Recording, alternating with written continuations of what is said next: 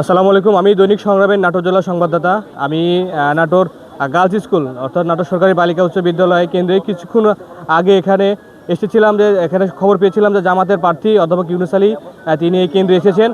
এমনটি খবর পেয়ে আমি আসলে এই কেন্দ্রে প্রবেশ করি এবং প্রবেশ করার পর দেখি যে তারা প্রার্থীর সঙ্গে হীরার নেতৃত্বে 10-15 জন এসে প্রার্থীর সঙ্গে তর্কাতর্কি করতেছিল। তো আমি ভেবেছি হয়তো বা কোনো ধরনের অপ্রীতিকর ঘটনা ঘটতে পারে। তখন আমি আমার পেশাগত দায়িত্ব থেকে আমি আমার ফোনের ক্যামেরাটা চালু করি, যে আসলে এখানে কী হচ্ছে সেটা ধারণ করার চেষ্টা করি। যখন আমি আমার ফোনের ক্যামেরা চালু করি তখন তারা আমার উপরে হামলা চালায়, বলছে তুই কেন ভিডিও করছিস, ভিডিও ডিলিট করে দে, তোর ভিডিও এখানে করার রাইট নাই। এ বলে তারা হীরার নেতৃত্বে 10 থেকে 12 জন আমাকে অতর্কিত মারধর করে।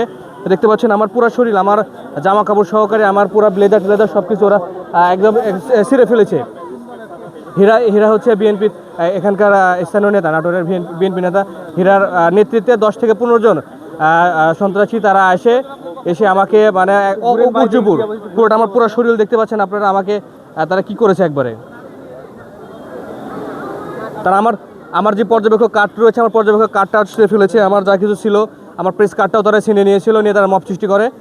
পরবর্তীতে এখানকার প্রিজাইডিং অফিসার যিনি ছিল তিনি আমাকে আমার যে নির্বাচন কমিশন থেকে আমাকে যে আজকে পাস দেওয়া হয়েছে সেই কার্ড এবং আমার যে প্রেস কার্ড ছিল আমার অফিস প্রদত্ত, সেই কার্ডটি পরবর্তীতে তিনি আমাকে ফিরিয়ে দেয় আর কি।